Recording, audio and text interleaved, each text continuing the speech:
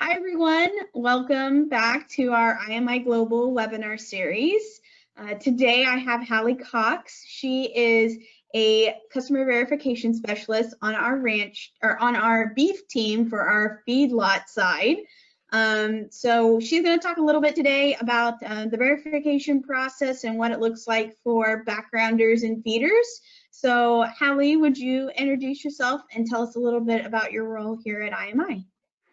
Yes, thank you, Ashley. My name is Hallie Cox, and I have been a CVS or a customer verification specialist for IMI Global for, believe it or not, 14 years. So I've been here quite a while.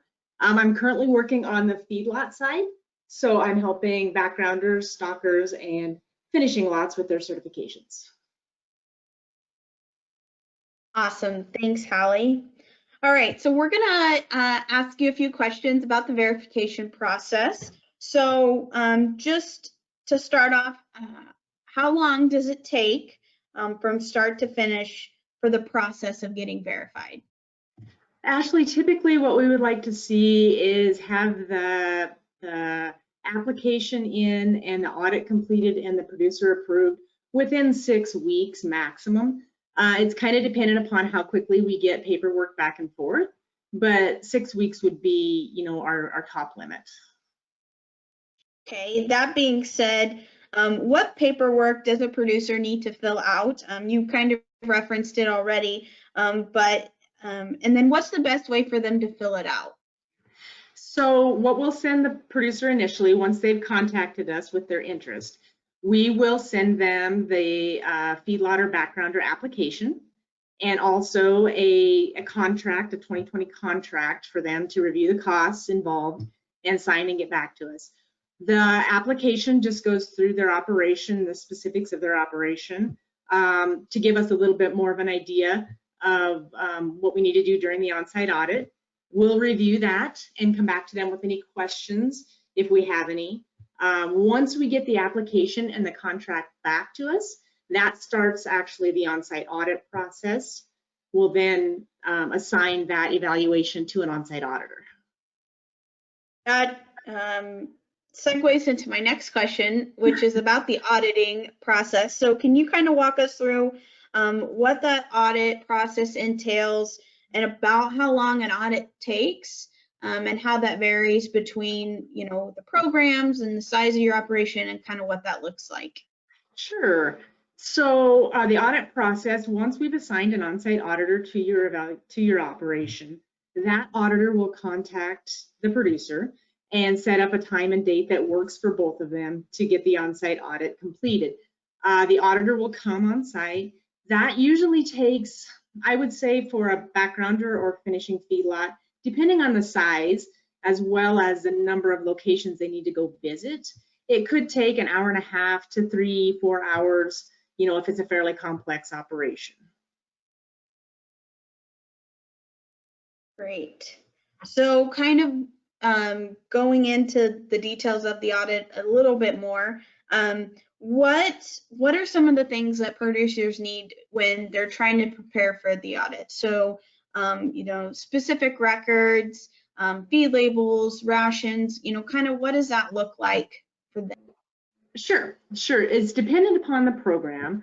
For our source and age, NHTC, and natural programs, we would want to see when we came on site traceability, that you have a way of tracing the program cattle from receiving through shipping. Your feed labels for any manufactured feed products. What we'll do is check through those labels and make sure there's no prohibited ingredients in that feed for the claims you're wanting to feed the cattle for. For the verified natural, we'll want to make sure that there's no antibiotics or ionophores given to the cattle. We'll check the feed records as well as medication records to make sure that that wasn't provided to the cattle you're wanting to certify. Cool. So one of our most frequently asked questions is talking about how long a certification is good for. Is this a one-time deal? Do they have to redo it all the time? I mean, what does that look like for a producer? Right, that's a good question because we get that asked all the time. It is an annual on-site audit. So we'll come out initially and do the initial verification and train you over the requirements. But then there's an annual recertification to make sure the requirements are being met, you know, year in and year out. So we will come on site annually.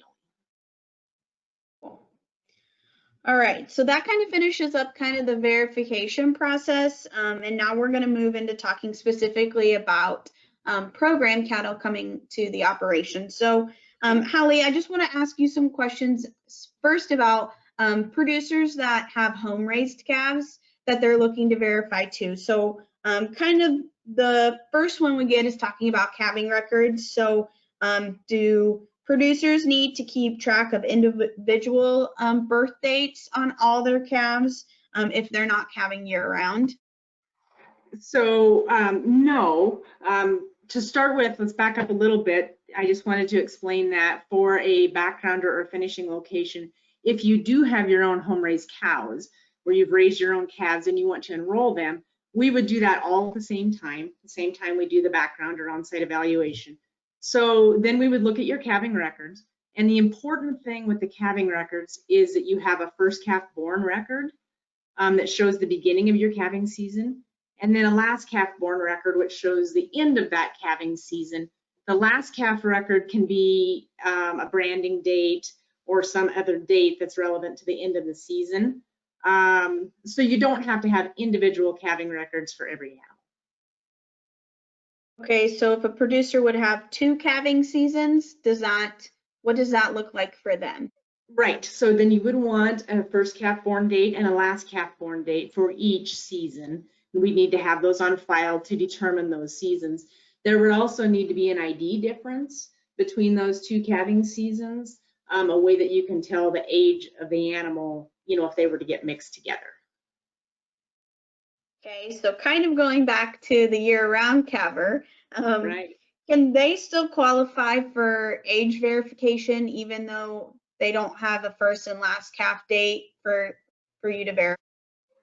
No, so if they don't have any type of calving record, so they don't have anything recorded any way to determine the age of that specific animal, for a year-round calver, then we would not approve them for age. They could still be approved for source verification if we could prove the animals were born on that, under that operation's care, but we would not add the age claim to those animals. Okay. So let's say this backgrounder has some calves that are already shipped. Let's say he backgrounded them and they're already moved on to the next location. Can they still get verified? If he was not approved prior to shipping, then no, those calves for the NHTC and verified natural claims are out. The animals need to be EID tagged and verified for the programs prior to shipping from their original ranch location. Cool. All right, so now we're going to transition into purchasing program cattle. So a backgrounder or feed yard who doesn't have any home raised and they're wanting to get into programs and start buying program cattle. So one of the most common questions I know you get is do producers need to be an approved location before cattle come onto their location? So yes, that's something that's very important. If you're considering buying program animals, so that would be source and age, NHTC, or verified natural calves, and you want to purchase them, say on the video or direct from a producer, you will want to contact us and get your operation audited and approved prior to receiving those calves. The reason is there's some specific receiving requirements that would need to be done in order to keep those cattle program compliant. And if you're not an approved location prior to receiving those animals will actually be kicked out of the programs. Okay. So another common question I know we get is talking about kind of the receiving process for program cattle. So do backgrounders and feeders need to read EID tags when those calves come on site? You know, how's the best way to read tags and why do they have to read tags? Okay, sure. So for these programs, it's required that the animals have a program compliant tag prior to leaving the ranch of origin. We kind of already touched on that. But then at the backgrounder or finishing feedlot level, the requirement is that they must read those EID tags or program compliant tag and make sure that those animals are actually approved prior to passing them on to another location. So how they can do that is, if it's a visual program compliant tag, they can manually read it, mark it off of the manifest, and track it that way, or they can read it with an EID tag reader, which is by far easier and the most common method for reading those EID tags. That tag can then be downloaded right to their computer. And then after reading the tags, the way that a backgrounding or finishing location determines those animals are approved is they drop those EID tags into our online lookup called Beef Passport, and that will let you print out a report showing that each individual animal is approved or not, as the case may be. So that kind of rolls into our next question. When a producer receives program cattle, is there anything that they need to get from the truck driver when those calves come, any kind of documents that they must need to obtain or anything like that? Right. So an approved ranch that's been approved for any of these programs should have approval documentation, and that approval documentation should follow those animals into the backgrounding or finishing location as well. So yes, if you're buying purchase or program cattle and you're wanting to keep them programmed, you need to make sure that with the cattle comes the shipping documentation, which should show an approved status, as well as a tag manifest that shows the EID tags that are approved for that operation. Awesome. Well, okay, so we've talked about program cattle, Right. And the next thing that we really, feel is important to educate producers on is some of the NHTC and verified natural requirements that they run into. So can a producer run both conventional, so non-program cattle, and program cattle on their operation? And if yes, how does that work and what does that look like? Okay, so yes, for a backgrounder or a finish operation, when we come on site during the on-site audit, we'll go over the requirements for having program and non-program cattle on site at the same time. So some of the things that you would need to know in that case is how to prevent cross-contamination from prohibited products versus products that are okay to feed to the program animals. So with the program calves, the NHTC requirement is that they cannot have implants, any kind of hormone. So no implants and no fed hormones such as, say, MGA. So if you've got that on site and are giving that to conventional animals, then we need to make sure that there was either a speed sequencing or a truck flush in process to prevent cross-contamination of the feed source. Same thing would apply for the verified natural cattle, which are not allowed to have any antibiotics in the feed or ionophores such as Rumensin. We would have the same process in place, some type of sequencing or feed truck flush in that case. A feed truck flush can be done as easily as just putting a certain amount of silage or ground hay through the feed truck and to clean it out, any residue of the prohibited ingredient. And then a feed sequencing is where you would feed conventional cattle that get no prohibited ingredients and then feed your program cattle so that basically the conventional ration would have flushed out the feed truck.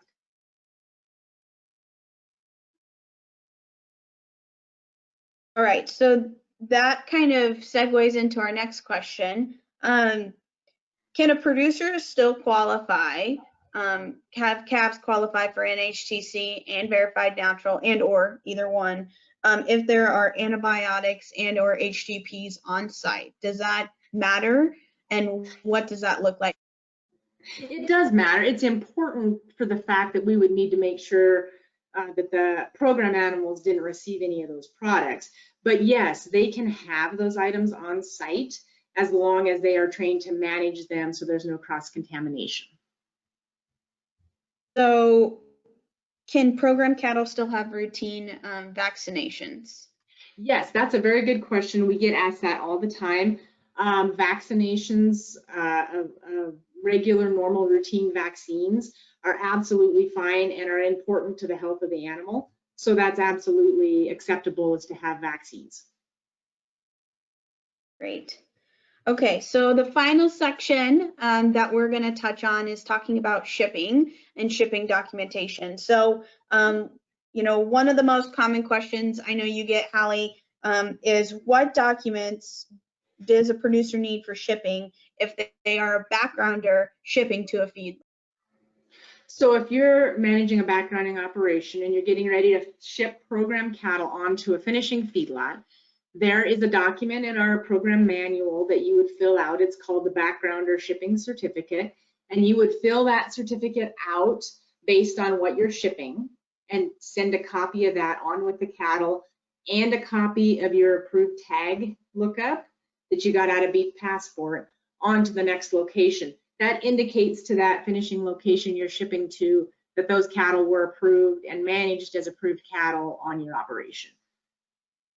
So do they also need to send the ranch documents, a copy of the ranch documents as well, or do they just need to send theirs?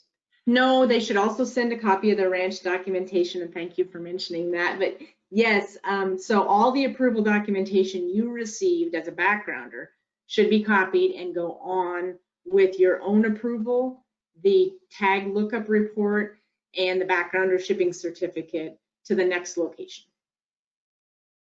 Awesome. So then the next question that we get is documents that a producer will need for shipping if they're going from a feedlot to a packing plant, because that is different than everybody else. So what does that kind of look like? So we have a document called a right to ship, and we go through your paperwork right prior to shipping to a packer. Make sure your program meets that packer's specific requirements, and then we will provide a right to ship to you, and then you will send that right to ship along with all the approval information that you would send to a backgrounder onto the packer for that specific program. If a feedlot is an NHTC feedlot, then it would also require a certificate called a high quality beef certificate, and we would work with you close to when you're getting close to shipping to make sure the cattle meet that requirement as well. And then you would actually get a right to ship and a high quality beef certificate to send on to the packers. Great. So final question, and probably another one, I hate to say that, but another one that we receive a lot is a producer calls, can't find his shipping documents, he's shipping tomorrow. Can we resend shipping documents, and what does that look like? Yes, so we keep all of your stuff on file here at IMI Global. So if ever there comes a time when you're missing something, or you know you got it, you were sent that in an email, but you can't find the email, you can always call us. We can get everything resent to you so that your files are complete, either prior to the on-site audit or prior to shipping. If you're going to ship cattle and are missing something, just pick up the phone and call myself or IMI Global, and we'll get you what you need. Great. Well, Hallie, that is all the questions that I have. Do you have anything else you want to add? I don't, just that we are hopeful that all of you will partake in our programs, and we're ready to help you out and get you set up. Awesome. Well, thank you again, Hallie, for working with me and getting this put together and helping out our producers and answering some of their questions. So thank you everyone for listening in. Like I say, you know, if you ever need anything, please feel free to contact. You can get a hold of our office at 303-895-3002. And if you need to talk to Hallie, you can ask for Hallie and they'll get you sent her way. Or you can check out our website at imiglobal.com, and you can see lots of good reference documents there as well. So thanks again, and we'll talk to you guys soon. Thank you, Ashley.